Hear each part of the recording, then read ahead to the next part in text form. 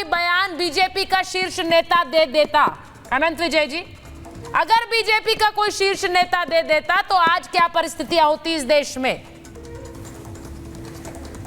तो अभी अचानक से पूरे देश में संविधान के प्रतियों की बिक्री बढ़ गई और आपके पैनल में जितने INDI गठबंधन के लोग बैठे सब वो लाल किताब हिला रहे होते कि भारतीय जनता पार्टी के नेता ने संविधान को भी खत्म कर दिया और आरक्षण को भी खत्म करने जाते हैं। देखिए, ये राहुल गांधी ने आरक्षण पर बोला है, ये उनकी पार्टी की और उनके परिवार की विरासत रही है। राजीव गांधी जी ने भी आरक्षण के खिलाफ बोला था, आरक्षण वालों को बुद्धू या जाने कोई ऐसा शब्द उपयोग किया था उसने, उसके पहले भी एक बहस हो चुकी है आरक्षण को लेकर। तो आरक्षण को लेकर भारतीय जनता पार्टी पर कितने आरोप ये लोग लगाते हैं या भारतीय जनता सहयोग लगाते हैं, खुद का दामन उतना साफ है या नहीं है, इनको आत्मसात करने की आवश्यकता है। क्योंकि जहां भी इनको मौका मिलता है, जहां भी इनको अवसर मिलता है, ये आरक्षण के विरुद्ध में बात करते हैं। जहां मौका मिलता है। अजीज खान साहब, इसका जल्दी से जवाब दे दीजिए। मैं इस बयान को, आप आंखें बंद कर लीजिए, ये राहुल गांधी का बयान नहीं है, ये एक नेता ने इस देश में बयान दिया है। अब बताइए आपका रिएक्शन क्या होगा? भूल जाइए ये राहुल गांधी ने दिया है।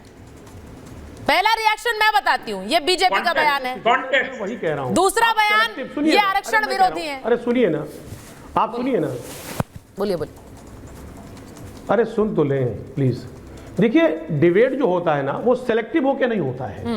किस पर्सपेक्टिव में कैसे कैसे बातें चल रही हैं, आप उन चीजों को चुन चुन के अगर आप निकालेंगी तो अर्थ का अनर्थ हो जाएगा।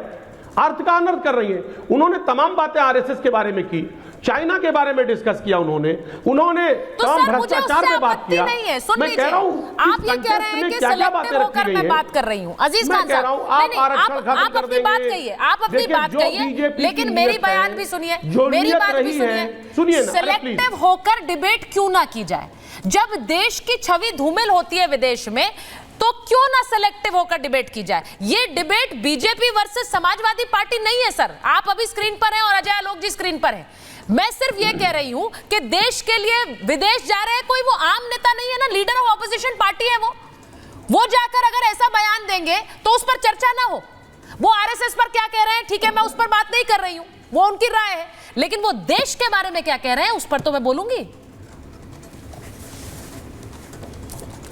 देखिए सुचित्रा जी, जिस तरह मैं देख रहा हूं, एक नैरेटिव गढ़ने की कोशिश की जा रही है।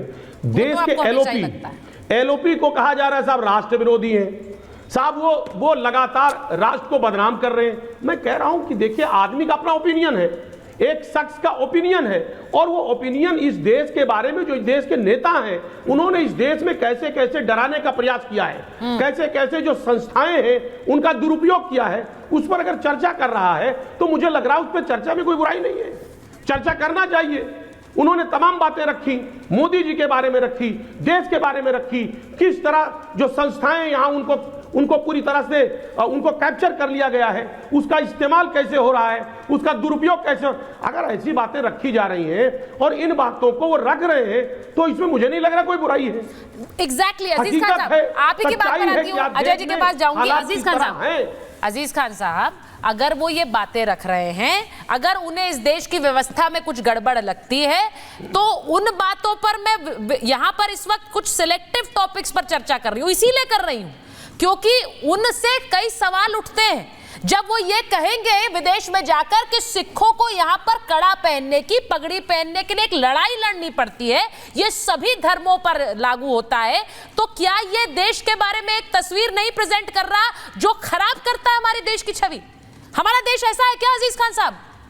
आप जहां रहते हैं वहां पर सिख लड़ाई लड़ रहे हैं पगड़ी पहनने के लिए?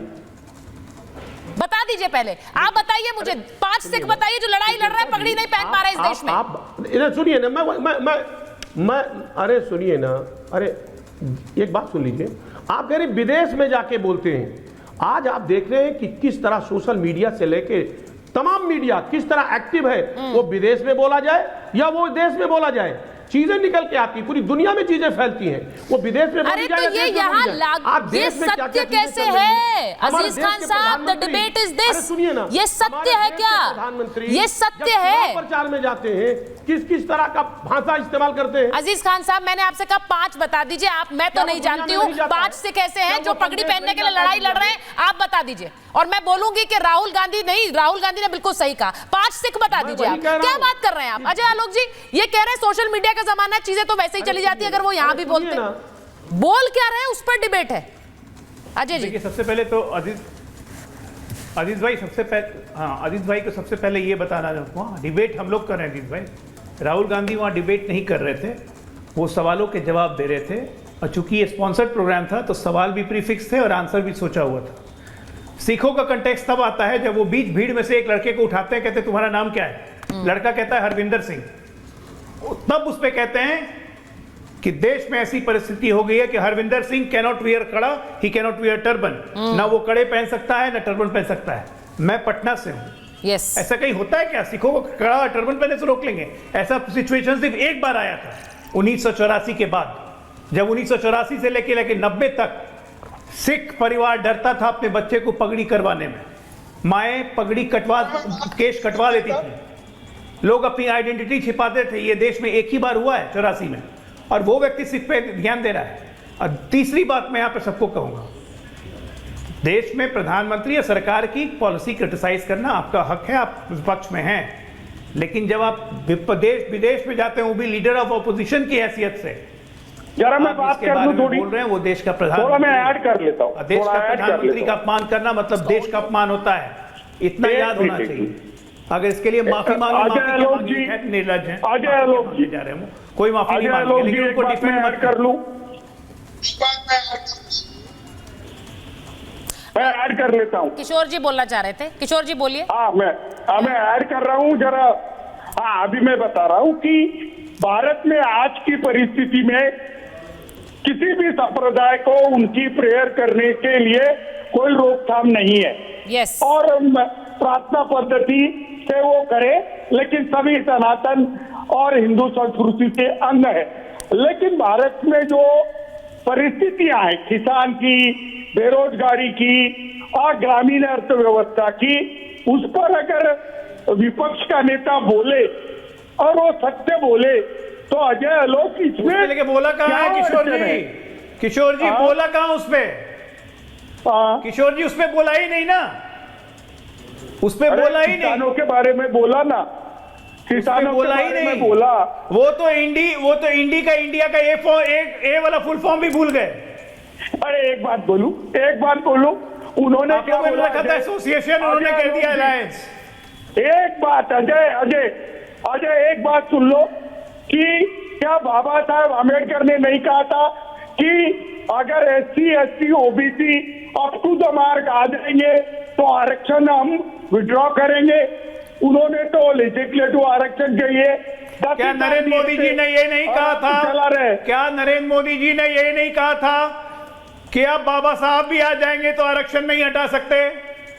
और ये गलत बात की ना, मोदी जी तो बायोलॉजिकल, क्या नरेंद्र मोदी ने ये नहीं कहा था? बारे में मैं क्या बोलूंगा? अरे वो बायोलॉजिकल नहीं है। हाँ एक मिनट नहीं बोल ये पक्का, ये राहुल गांधी आपके लिए पक्का बायोलॉजिकल है? प्रभु के बारे में नहीं बोल सकता मैं।